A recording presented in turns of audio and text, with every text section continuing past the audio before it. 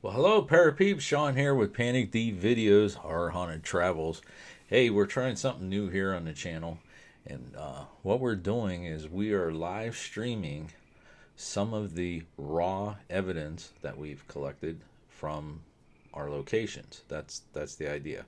Now, before our last two investigations that we did, I created videos for each piece of media file that we had, whether it was video or audio recordings from multiple recorders, things like that. And it got to be too much. Our last investigation I put out there was like 28 videos, and I posted them in like 2 days' time. So people, our viewers, they liked it, but it was too much. I think putting that all out there with notifications and stuff like that kind of turned some people off. So my idea was to take that evidence and live stream it, multiple videos, audio files, things like that. So here's how this works with our raw evidence, evidence review, investigation review, that type of thing. I'm going to play these video clips for you that are of audio files. With this particular one, it's going to be for Monticello. And if you hear anything in it that could be strange, maybe a whisper or something that just doesn't sound right, leave a comment. You could do it in a live if you're watching live, or leave it down in the comment section, the time on the video, and we'll loop back around and pick those little pieces out if we think it's something and cut it up and mark that as evidence and Panic D for that location. So I tried doing this last night and it didn't work well. I think I figured out what the problem was. So what I'm going to play for you, and I'm just going to let it play, and then I'm going to go out on my laptop and hop on. I have three files for you. The first one is actually the audio from the tour inside of Monticello itself. A lot of paranormal claims around, especially around Jefferson's bedroom. So, but you get to experience the tour through audio form uh, as well, which is kind of cool, I think. The second clip is around Monticello Cemetery. We started recording. For some reason, we stopped the recording, which leads to the third one, which will be the around the cemetery as well. So down in the description of this video, I labeled the files, file 1, 2, and 3, and you'll see a screen for each one that has the file number that I have them cataloged in. So if you do hear something, just leave it in the comments and we'll come back around. Now, hey, before we get started, because I might not come back at the end of this, if this is something that you're interested in, it's kind of like a virtual ghost hunt. You get to listen to the recordings and see if we find evidence. That's what we're looking for, is evidence. Um, Give us a thumbs up and subscribe to our channel. Leave comments whether you like this kind of thing.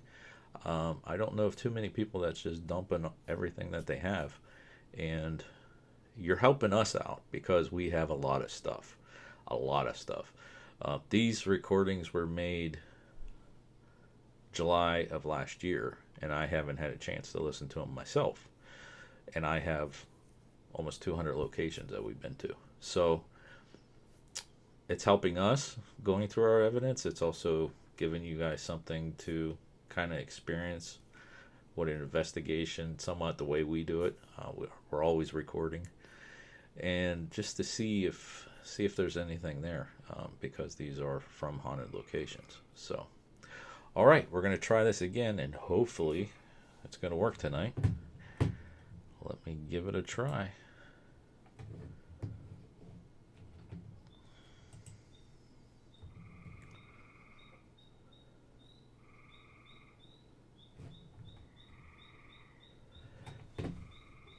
Okay, so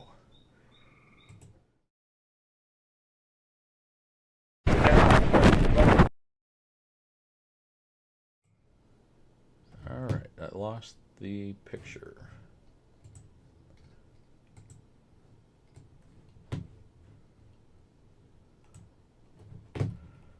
Bear with me.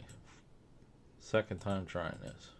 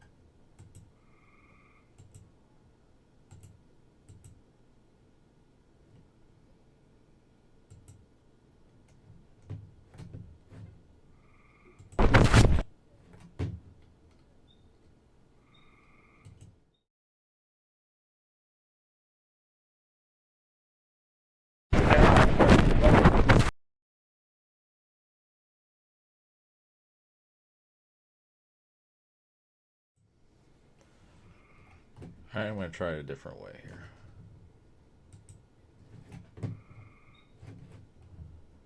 Let me bring this screen over. I'll get this figured out yet. It's a quest now. Let me bring over my stream health.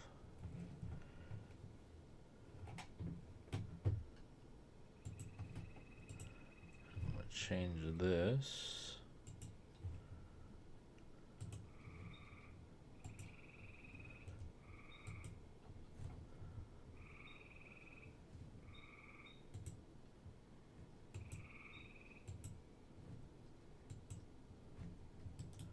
There we go.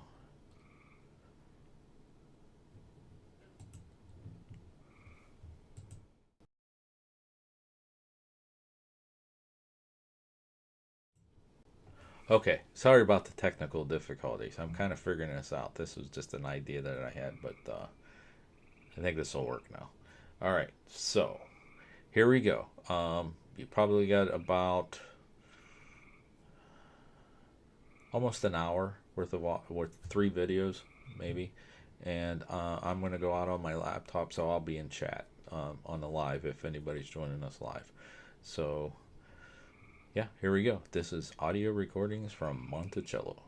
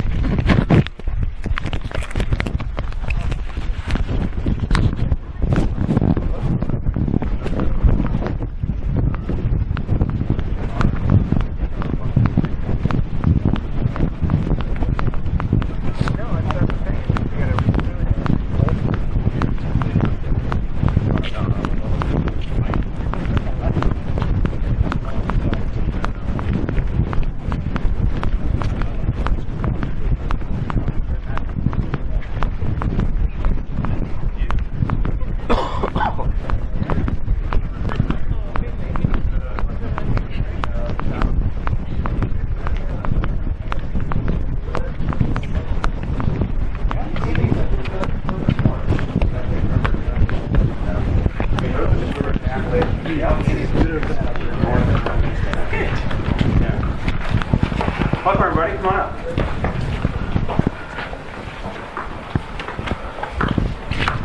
Hello everybody, hello. Congratulations, you made it. Is this everybody? Almost. Alright, great. Almost, okay. Come on everybody, come on up. Feel free to sit down on the benches there on the other side. Take a load off if you want. We have a couple minutes out here before we go inside. By the way, the interior of the house is air conditioned. Okay, exactly, bonus. So, my name is Dave. Welcome to Monticello. If you all have any questions during our tour, please do let me know. Likewise, if you feel like you need to step out or if you need to leave a tour for any time at any reason, please let me know that as well.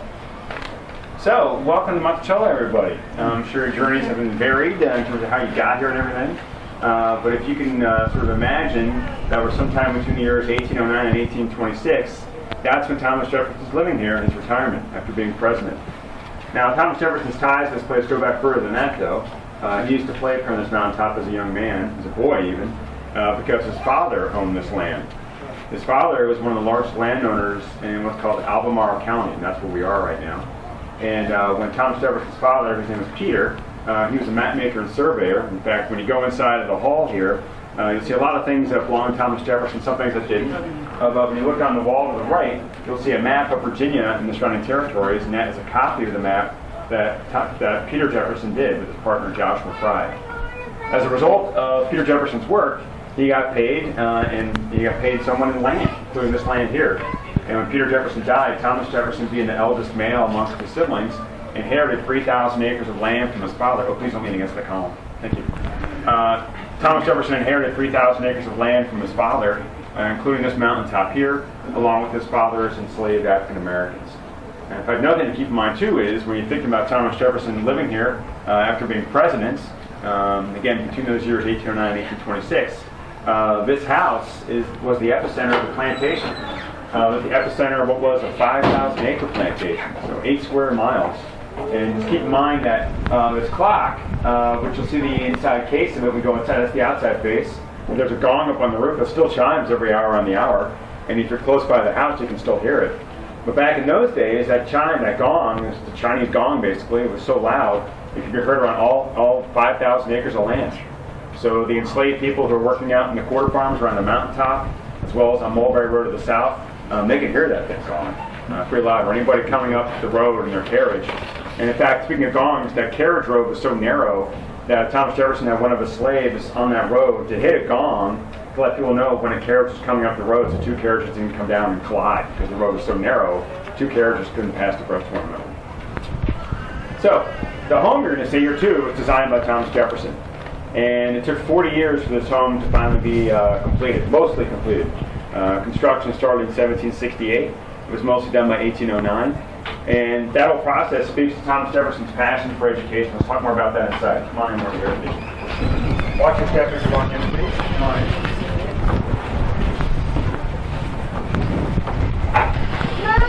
Watch your step, please. Come on in.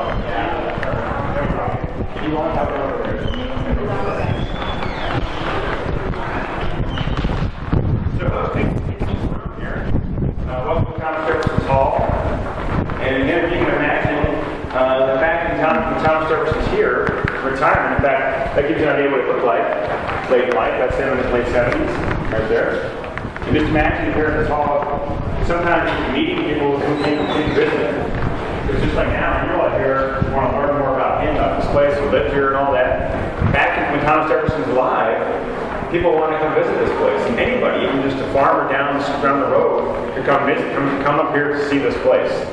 They may not see Thomas Jefferson though, because he was pretty busy, or they may have to wait several hours to meet him. But in one case, one guest asked Thomas Jefferson about one of his big achievements in life, one of the huge, biggest moments in the history of this country was this moment that's captured here. So Thomas Jefferson, if you didn't know, he was the principal author of the Declaration of Independence. Here he is with the Committee of Five, including Ben Franklin and John Adams. And there's Thomas Jefferson, the tall guy there, handing over that document to John Hancock, the President of the Continental Congress. And a guest of Thomas Jefferson's asked Jefferson how he felt in that moment. And Thomas Jefferson said, and this engraving was hanging here when Thomas Jefferson lived here, in this spot. And the guest asked him that, Jefferson said he felt like he had a noose around his neck because he was committing high treason. In fact, one of the things that Ben Franklin said is he said, gentlemen, when we all hang together, or most assuredly we'll all hang separately. After they were doing. We have other opportunities to speak to Thomas Jefferson's impact on this country. And part of what's going on in this hall is we have it set up like Thomas Jefferson did when he lived here, as close as we can anyway. But if you can imagine also, there were the tables in there piled high full of stuff, even bones. Look over here, look at these bones. So look at these fossils here, everybody. So we have fossils here that are 10,000 years old. Look at these jaw bones here, the leg bones, mastodon teeth, bison bones, ancient horse, mammoth tooth. In fact, these two jawbones over here are from a young version of this animal. So this is an American mastodon. An American mastodon, as you can see, is basically a hairy elephant, an Ice Age elephant, died out over 10,000 years ago. Thomas Jefferson was interested in animals, plants, and animals of all different shapes and sizes. That's just going on here in this wall, too. Jefferson wanted to educate people who came to visit him about the variety and size of animals in North America.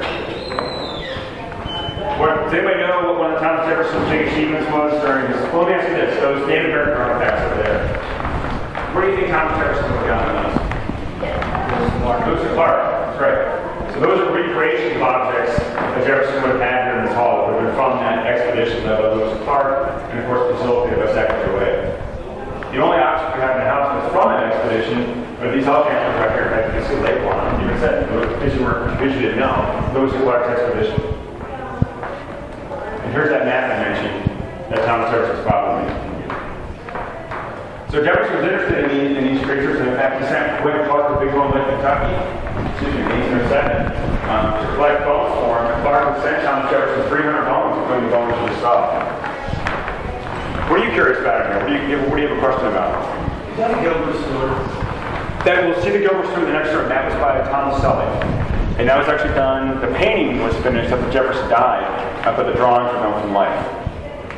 The clock. The clock. Yes. He actually designed the clock. He did design, Thomas Jefferson did design that clock. It was built in Philadelphia by a clockmaker there. You can see, basically, if you don't know, it's basically a giant grandfather clock, meaning it's gravity powered. So the weights on either side, as they drop, the weights on the left power that Chinese gong I mentioned that's up on the roof. The weights on the right, which you can't see right now, power the ticking mechanism of the clock.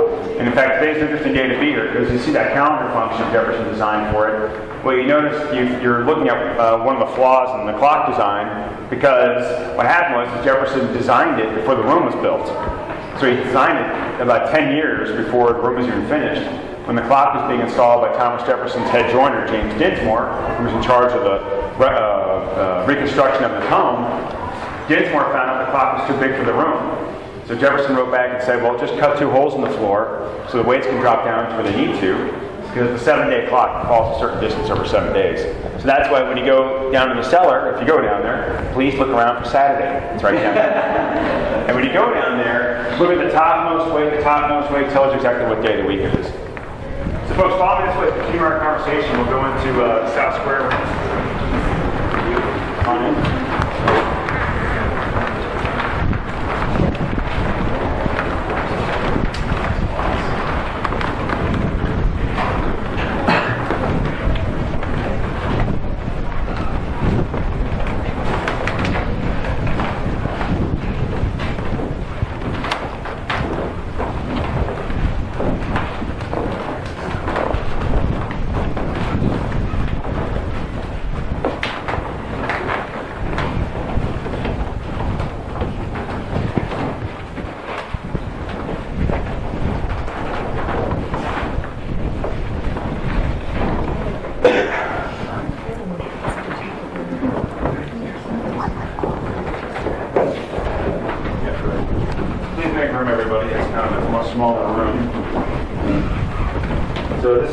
South Square Room, and you're now on the private side of the home. So, gentlemen, I'm going to come right over here.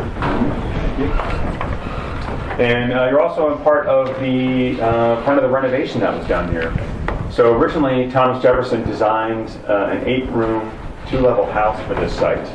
And construction began on that around 1768 when the mountaintop was leveled or starting to be leveled. And Thomas Jefferson designed that after the work, one of the designs of Andrea Palladio. Palladio was an Italian Renaissance architect who wrote the 4 books of architecture. And Jefferson studied those books, and those books were a huge influence on Thomas Jefferson. He really loved those designs for various reasons.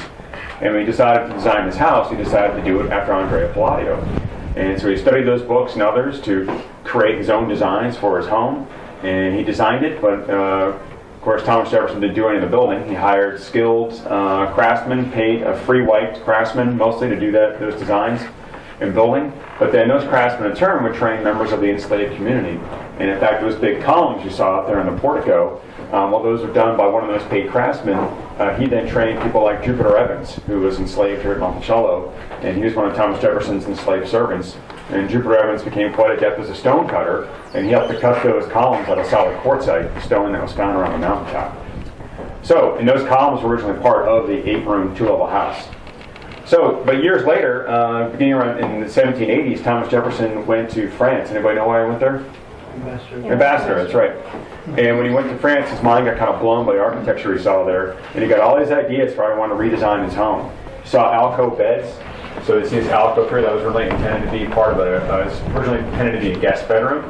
He saw homes that had big windows, like you see in here. He saw homes that had interior shutters. So you see those interior shutters inside the windows; those can close to keep out cold air as well as for security. He saw homes with domes on them. This home has a dome on it, right? One of the iconic features of it. And he saw homes with skylights as well. So all these features Jefferson saw when he was in Europe and in France, and he decided to redesign his home, bringing together those design elements, and that's the home you're in right now. So he takes basically the roof off this 2-level house and enlarges it. On the level, it goes up 3 floors, and he enlarges it goes from 8 rooms to 21 rooms, and ultimately to 11,000 square feet. And that's the home you're in right now. Any questions about that? This room was used as a family office and a family sitting room. This is the private side of the home now. And it was used most often by Jefferson's daughter, Martha. She's in the lower of the 2 portraits over there. So folks, talk more about the family in Thomas Jefferson's man cave. Is that Gilbert Stuart? Yeah, sorry. That is this is the portrait of Thomas Jefferson as he looked in 1805. In the early 60s, and that's done by Gilbert Stuart. It's an original. And we share ownership of that with the National Portrait Gallery in Washington, D.C. There's another Gilbert Stuart in here, too. Come on in.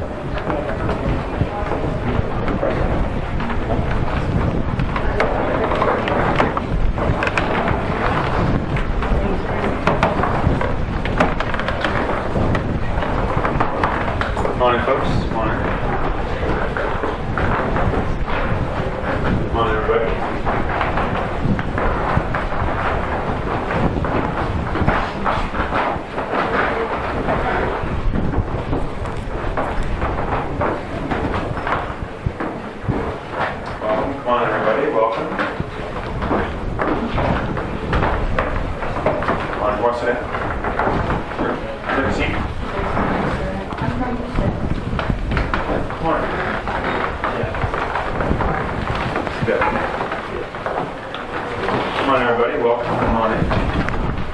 Go down there, if you want, go down that way, take a look at this cabin area. Excuse me. So there's another Gilbert Stuart right over here. That was done during this, I believe the same session as when Thomas Jefferson sat for that portrait. And Thomas Jefferson thought this is one of the best likenesses of him, right there. That's the original. So you'll see a mixture, about half the things you'll see in the house are original to Thomas Jefferson. No, I'm kidding. And so here we are in Thomas Jefferson's man cave. These are his private suite of apartments. And again, heavily influenced by what he sees in Europe. And this is where he did a lot of his reading, writing, and research. And in fact, during his lifetime, he wrote about 20,000 letters to people like John Adams, even to James Madison and James Monroe when he's working on creating the University of Virginia. And he might have used that polygraph machine there to write some of those letters. That's a machine where you can write one letter with one pen, the other pen copies what he's writing. It was invented by a guy by the name of Hawkins in England. And then Charles Wilson Peale kind of improved on that. Jefferson really liked Peale's design as well. So here we see a copy of the Declaration of Independence as well. That's from 1818. It's an engraving that is original to the period, not to Thomas Jefferson. And of course, these books. Education was so important to him. He said that education was key to a thriving democracy. He believed that knowledge was power. And he himself worked pretty much tirelessly to keep himself educated about a whole manner of subjects. And he learned so much from books. I mentioned architecture, he learned from books. principles and puts in the Declaration of Independence come from books.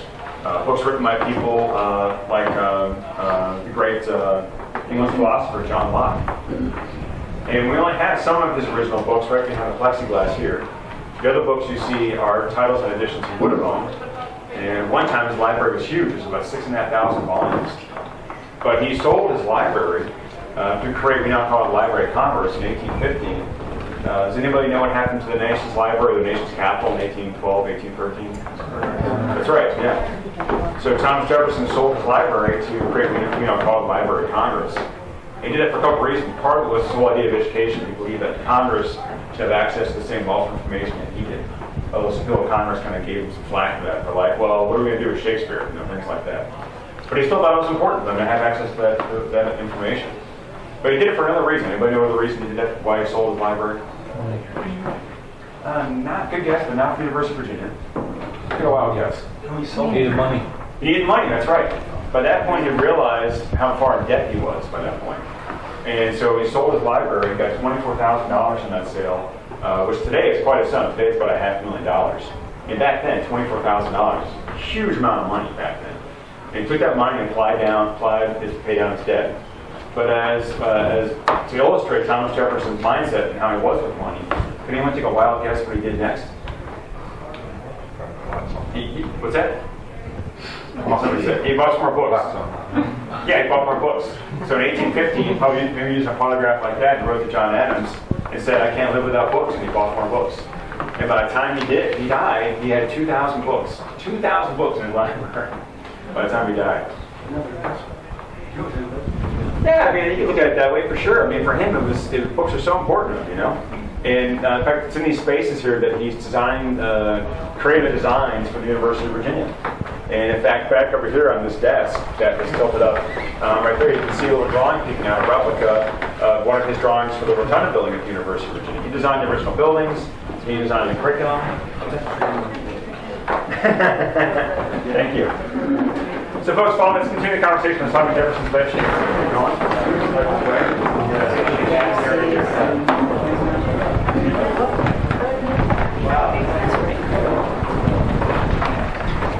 This is a picture of that piece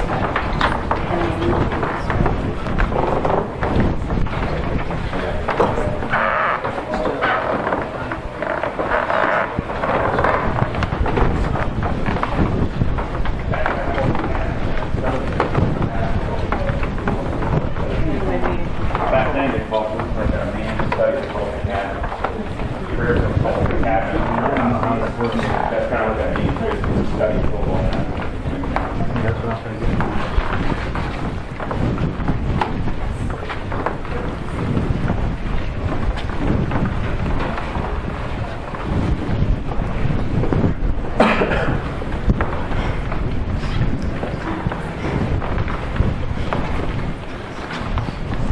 Come on, everybody. Come on.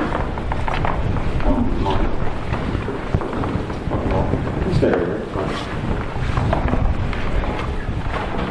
So, we are now in the last room that was part of Thomas Jefferson's private chambers. This is his bed chamber. And we can see the French influence here as well with the skylight up there, a big triple sash window, French/European influences, as well as the alcove bed. That's something he sees in Europe. And even designs his closet above his bed too. Those openings provide light and ventilation to his closet. And so if you can imagine, one of his enslaved servants would go through that door up the ladder to get his clothes. And one of his enslaved servants is quite notable in history. Family life here is a bit complicated. Thomas Jefferson had a family with his wife Martha. They were married for 10 years until she died in 1782. They had 6 kids together. But out of those 6 kids, only his eldest daughter Martha, who I showed you in the South Square room, lived long enough to see this home completed. But then years later, after Thomas Jefferson's wife died, he had a family with his enslaved chambermaid. Anybody know who she was? Sally Hemings. Sally Hemings, that's right. And they had 6 kids together. But unlike the family he had with his wife, because Sally Hemings was a slave, their kids were born enslaved as well. And so out of the 6 kids they had together, 4 of them would be adults, and all 4 of them were enslaved until Thomas Jefferson freed them at various times. So Sally Hemings very well could have been in this room getting Jefferson's clothes for him, And in fact, we have a code here to show you that this is a replica of one of his coats, that she would have brushed his coats before the war. Questions about any of that? Did he feed his children on their 21st birthdays? That's right, exactly. So 2 of their kids, Beverly and Harriet, Beverly was a man's name. They were feeding their 21st birthdays. He basically helps them run away. He gives Harriet the equivalent of about $1,000 today, and one of the overseers takes her across state lines, and she basically disappears into white society along with her brother Beverly, because they both were very fair skinned. We know nothing about their descendants. Live here and stay here and die here? She didn't die in Monticello. She did live in the home we believe she lives over here in the South Terrace at one point. I'll try to remind me, I'll point that out when we get outside. But it's basically around past where the kitchen is, because some of her duties before she became his chambermaid, she worked in the kitchen. And generally slaves would sleep where they worked. And so that's one place where we believe that she lived. The other 2 kids, Eston and Madison, Jefferson frees them in his will, and they're around the age of 21. Sally Hemings is never freed, though. She's given her time, and what that means is, by Thomas Jefferson's daughter, what that means is that Sally Hemings is not bound to Monticello, but she can't leave the state. So she stays in Charlottesville with her sons, Eston and Madison, until she dies in 1835 when they leave. Good question. Other questions? I should mention before we move from this room, which we will in a moment, this alcove is where Thomas Jefferson passes away. He dies right here on July 4th, 1826. July 4th is so important to him that after July 4th, 1776, he stopped celebrating his birthday. He says, the birth date of the country is more important than my birthday. I only celebrate the 4th of July. Anybody know, and this is very rich for you right here, anybody know who died shortly after? John Adams. John Adams, that's right. In fact, they had a very fractious relationship with a lot of their lives, but at that point they reconciled. And on his deathbed, Adams, because there was no Instagram or Twitter back then, Adams said, but Jefferson still lives, or survives, or something like that. So folks, what's that? How tall was Jefferson? Jefferson was 6'2.5". That's a small bit. Well, they think if they slept maybe sitting up, they thought it was better for the Constitution. Huh? That's pretty bad, right? That's pretty bad. But because late in life, he asked they tried to make him more comfortable too. They tried to get him, throw up over his slave butler. They said they've given him some pillows to sit more upright near the end of his life to make him more comfortable. But supposedly, a lot of people did, including Jefferson, a lot of them did sleep sitting up to prevent TV and things like that. Okay, folks, follow me this way. I'm going to go to the parlor. This way.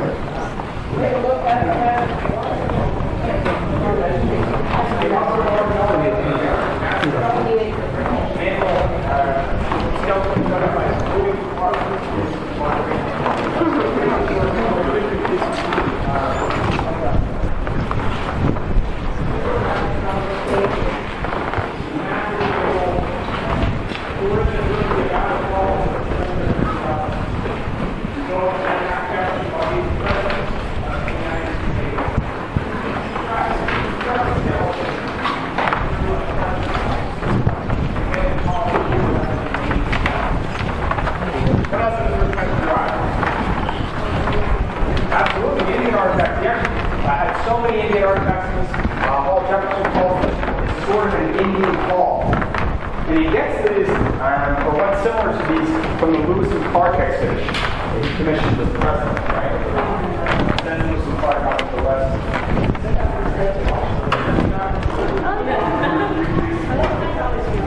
Folks, can I show you these doors? Hang on a pole. Okay. The original from the Lewis and Clark exhibition. So it's an early automatic door. When Jefferson's redesigning his home, he finds out about doors like this, and he has them built here. And there's a chain under the door threshold that connects one door to the other, so they open with one hand as well. And when he redesigns his home, he says he wants to do it with an eye toward convenience. Anyway, so when you go into the dining room, look for the wine dumbwaiters when we go in there. They're right inside, installed on either side of the fireplace. Some other things to talk about in there as well. But meantime, here we are in the parlor. You're now in the fanciest room in the whole house. This is a room that was original to the 8-room house as well. And this is where they entertain. This is where they play music, entertain guests. That same farmer who would have shown up at Jefferson's door, Jefferson might have even allowed him to stay here, maybe even have dinner, maybe even spend the night. He was like that. In fact, Martha, his daughter, her job was to run the plantation home, working with the enslaved staff. And some nights, or some weeks, they're having dinner 2 or 3 nights a week for 20 or 30 people.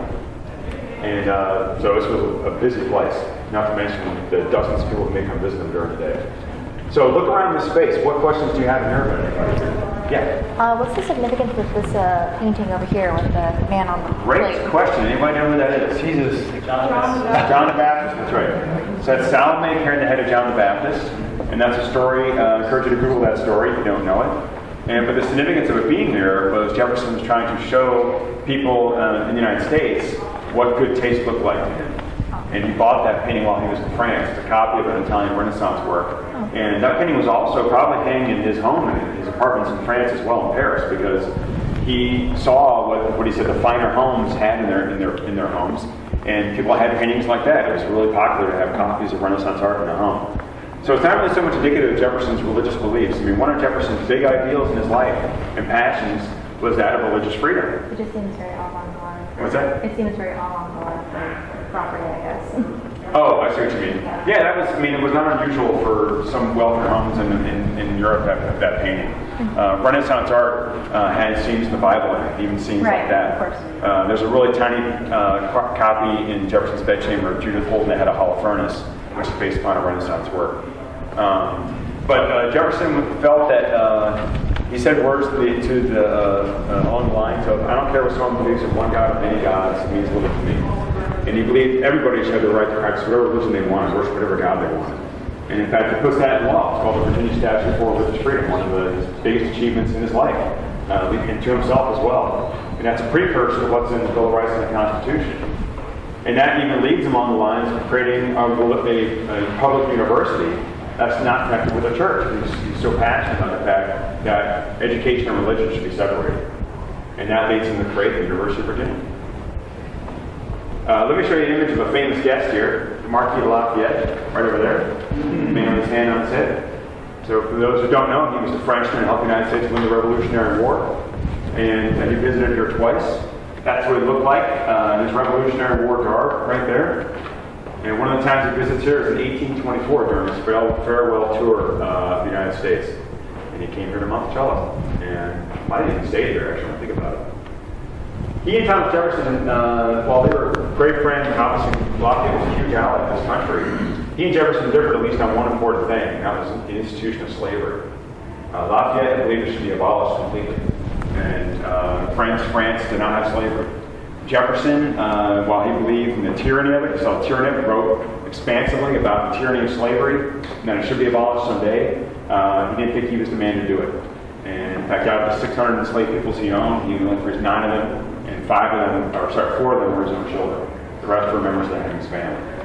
But part of that, just to keep in mind, is Jefferson's ideas on race, because Jefferson did not believe that all races were equal. And if you read the one book he wrote called Notes in the State of Virginia, you read his words in there where he says that he feels that blacks were intellectually inferior to whites and things like that.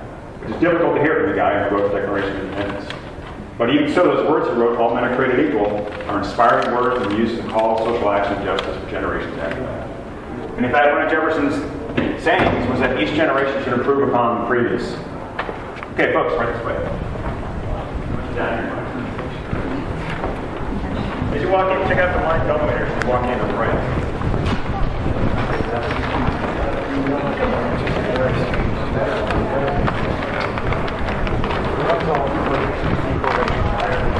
Exactly. Yeah. No, not Machiavelli's not there. That's Columbus. And No, over there's that one right here. on the window to the right? Yeah, right there. That's the Explorer. Yeah. Yeah, whatever. Well, you know, if he did. Maybe, but some of that's surprising me. Yeah. Although he has family, he's out there in his house.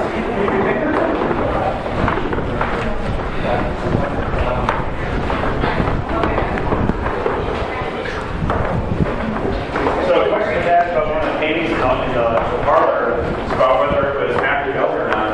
And it was a portrait. It was one of those portraits I drew. You see the guys, they're basically dressed in black. A couple of them have beards. Okay.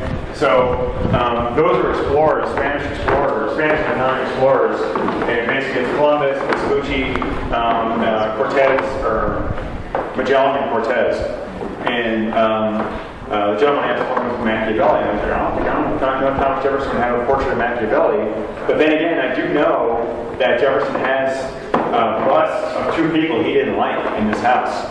I didn't get a chance to point him out, but Alexander Hamilton is in the hall. He's in the corner, like, remember looking in the hall, the clock there, and there's the rope that goes down and the weights. That's Hamilton right there in the corner, looking like a Roman senator. But Jefferson has Hamilton here because even though they disagreed about almost everything, the one thing they agreed on was the creation of this republic. And Jefferson recognized Hamilton's huge influence in the creation of this republic, and that's why he was here. For the same reason, Jefferson has Napoleon in the parlor. Napoleon was the bust to the left of the door, the west doors there, the double doors. And even though Jefferson did like Napoleon, Napoleon is the reason why we got the Louisiana Purchase. A big reason. Jefferson sent the diplomatic mission there because Napoleon who decides he's going to sell the Louisiana territory. All right, so this is the dining room, ladies and gentlemen. Dining room space. This is where they had dinner for breakfast at 8 in the morning. The kitchen's 100 feet that way, so you can imagine Edith Fawcett, one of the enslaved cooks, cooking away over there, making a meal in a half Virginian, half French style, using all the different stoves and different stew stoves to make the delicate French sauces. And the enslaved staff brings the food through the cellar, up a set of stairs, puts the food on a revolving door of shelves, and then one or two enslaved staff will move the food from there. And then they put the food on these carts that are also called dumbwaiters in this tea room. And those carts are brought to the table side and guests can eat off of those. And then they bring wine to the wine dumbwaiters from the wine cellar. And Jefferson loved the style of dining because there were minimal numbers of enslaved servants in the room. So conversation could flow, but also it was private. But Jefferson doesn't come up with this idea. He experiences it in France, and he loves it. Questions about anything in here? Anybody? Questions? Is the furniture original or is it It's a mixture of original, yeah. I believe these chairs are, I'm not sure what the table. The dining room tables are over here. These are recreations. Above the fireplace there, that clock was original. Those two oil lamps are in that mirror, which has Wedgwood, that's original as well. The Wedgwood came later, or the Wedgwood or Jasper wood in the fireplace came later, but that was put in by the Levy family. I'll talk about them a little later. Questions about anything else? Only source of heat, fireplace, huh? Fireplaces, that's it, yeah. They were some of the most efficient fireplaces of the day, though. A guy by the name of Rumford designed them. They're very efficient, throughout a lot of heat, apparently. And Rumford also wrote about the virtues of double pane glass. And Jefferson read that and liked that idea and brought that to Monticello. So obviously, Jefferson's pictures are all over the house. Yeah. Are there any, influences that are clearly from his wife or his family? That's a great question. In terms of from his wife, in this home, nothing that I know of, because she was dead by the time the reconstruction began, which was in 1796. Prior to that, I don't know, but she was still living here. In terms of his family, the only influence I know of, actually we'll talk about it in the next room, so I can talk more about it there. Other questions about this room? Okay, let's go to the opera room, ladies and gentlemen. Let's go. I talked about the stairs here. Going right here. Yeah. Take a look at the stairs, folks, as you walk out. We're going right here in the opera room.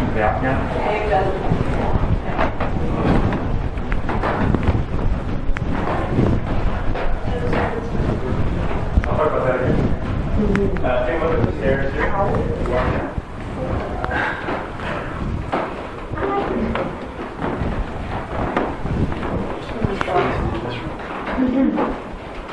Turkeys. Pictures of it right now.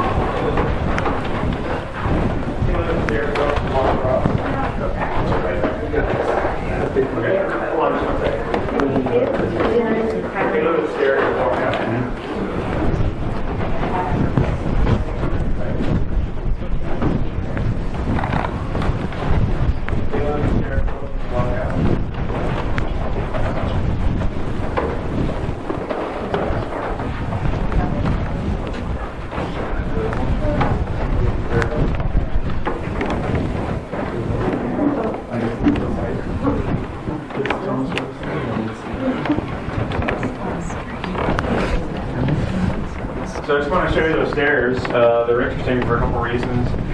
One is that those were the stairs where the enslaved staff would bring the food up from the cellar. There are only 2 sets of stairs in the home. They're both just like that. You notice in the hall, that mezzanine balcony, how there's obvious way to get up there.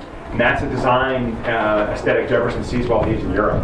And he loves that design aesthetic. And so to preserve that, he just puts in these little stairs here, and notice that just like it on the south side of the building.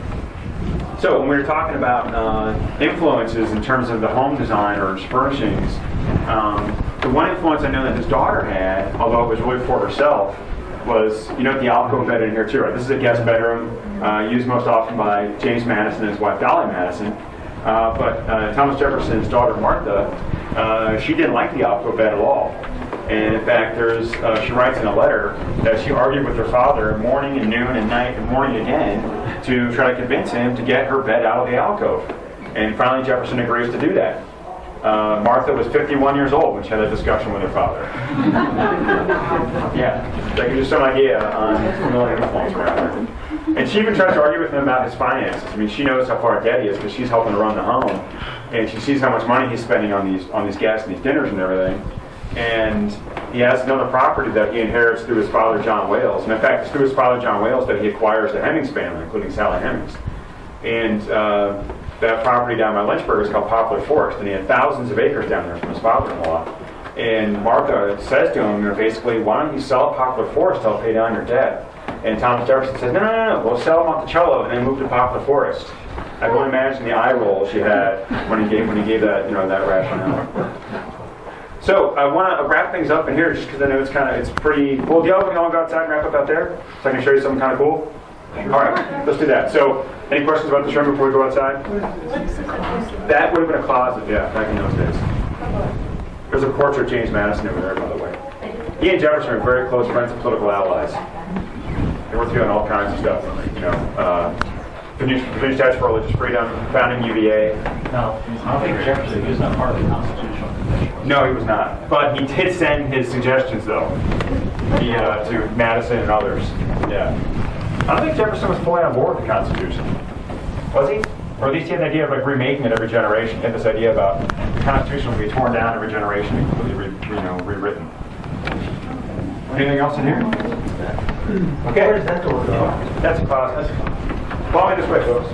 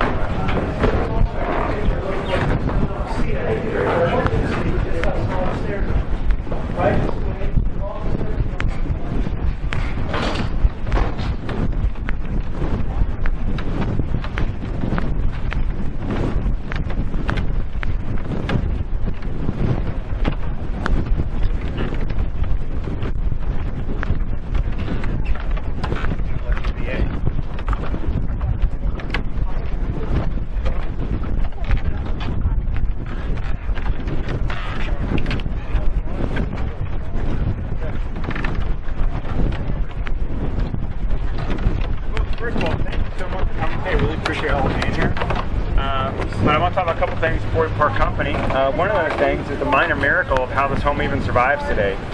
And part of that had to do with one of Thomas Jefferson's big ideals, that of religious freedom. And so late in Jefferson's life, he realizes he's so far in debt that his family cannot hang on to this home. In fact, he's about $100,000 in debt, which today is about $2 to $3 million. His family is forced to auction off the home, auction off the furnishings, even auction off the people. They have to auction off 130 enslaved African-American adults and children to pay down Thomas Jefferson's debt. Even then, there are still tens of thousands of dollars left in that debt, which then goes to Thomas Jefferson's eldest grandson, Thomas Jefferson Randolph, and he'll carry that debt for most of his life. Anyway, after the home is auctioned off, it falls out of the family, and then, about 10 years later, a man by the name of Uriah Levy notices the home is for sale. Uriah Levy was a Commodore in the U.S. Navy at that time. He was also Jewish. He was from New York, but he really respected Thomas Jefferson's stance on religious freedom and liberty. In fact, so much so that he wanted to buy this place and preserve it as a shrine to Thomas Jefferson, because Levy himself had suffered a lot of anti-Semitism during his life. So Levy buys the home in 1834. He does some restoration work on it, some of the earliest historical restoration work done on a home back in those days. His mother comes to live here. In fact, she dies here. That's why you'll see her buried on Mulberry Road to the south. And then he owns it for 30 years. After the Civil War and after Uriah Levy had died, his nephew, Jefferson Monroe Levy, reacquires the home and preserves it for the same reasons his uncle did. And in fact, in 1923, when the Thomas Jefferson Foundation is formed, they buy the home directly from Jefferson Monroe Levy, who by that point, he'd done more restoration work on the home. And in some years, I've read, Jefferson Monroe Levy had as many as 20 and 50,000 people a year visiting this place. So folks, one more thing I'll show you, then we'll park up here.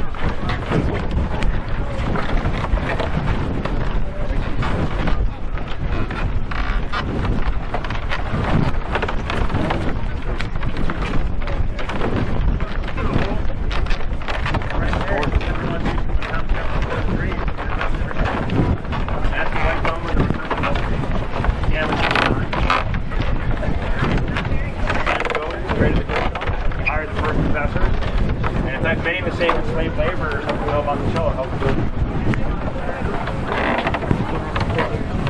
Not any injection. Well, I don't think he had any injection service that I know of.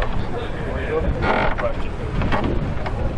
And so yeah, number one, Thomas Jefferson's big idea was realized: freedom of religion in concert with an education of higher learning.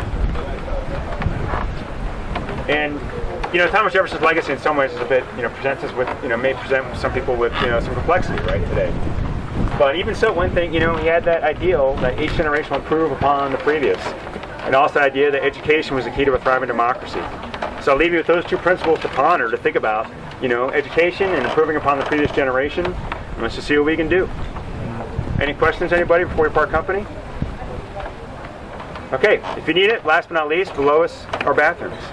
Modern, beautiful bathrooms, so feel free to use them. Thank you so much for coming today. Thanks for coming, everybody. Take care. Thank you.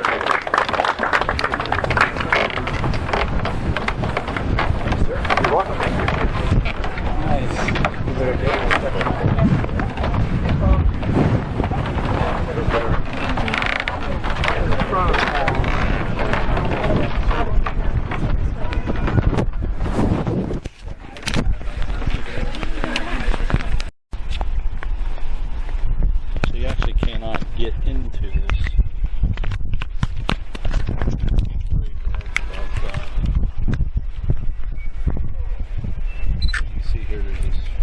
But as you can see, Marianne's arm goes inside nicely. You can see Marianne's arm reaches in very nicely there. That's right. Take pictures, but...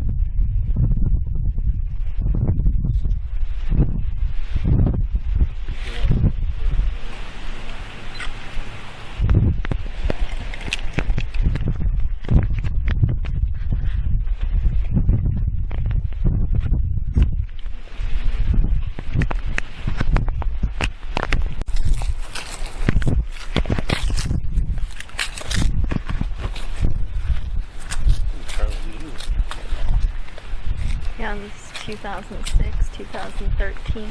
That one's in there still. So is that one there. So those brand nice ones we got descendants.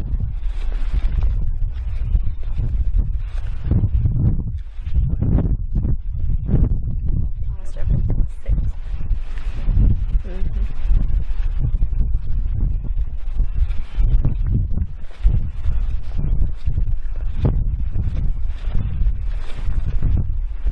So we were told in the tour that he actually obtained this land from his father, Right. who was is that called a cryptograph? Someone makes graphologist? No, graphology is studying handwriting. Anyways, he made He made maps. maps. And Cartographer. cartographer. That's what it is. And so, of course, part of his payment would get paid in land. And this was one of the properties that he got paid for. It was 5,000 acres, I believe.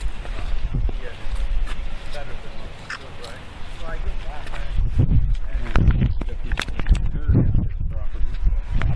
Where he built I think he and John Adams died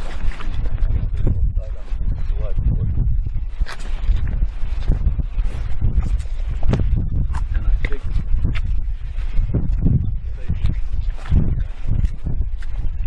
It was within 2 hours. They care. I eavesdrop a lot.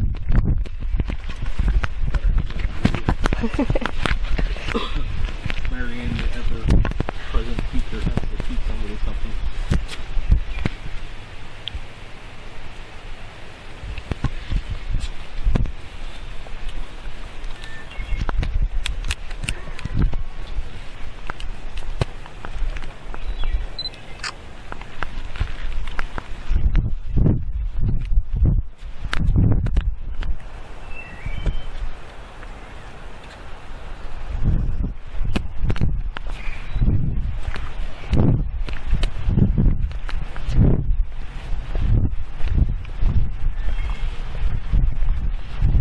Backwards.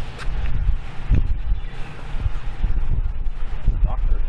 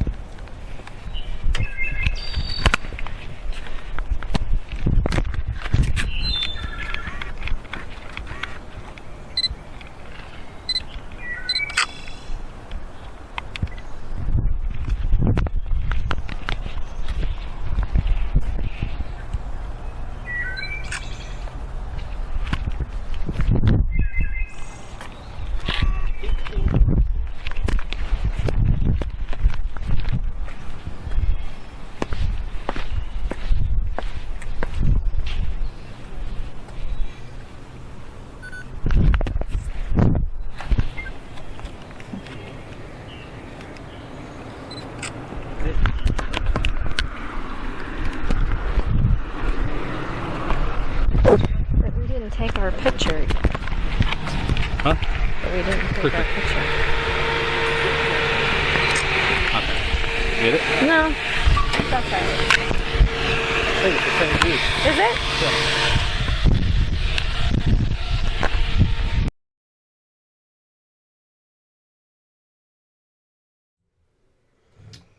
Alrighty, so that's gonna wrap up the evidence that we have. Well, it's not evidence, it's the raw recordings that we have from Monticello.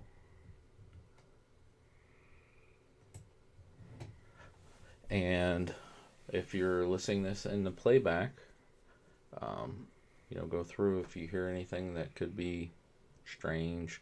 I know it was kind of hard in the tour, because there's a lot of people around and stuff like that. But what you want to listen for, what I try to explain to people, is kind of like somebody's talking while they're inhaling, which is kind of strange. Anyways, I don't even think I could do that. Those are what we kind of look for, and you kind of you get used to what to look for, especially with the recording device. Like this one is the Sony recorder that Marianne uses. I use an Olympus, and then we have a couple of Zooms, but you can kind of get used to it. So, yeah, I think I'm going to wrap it up for tonight, and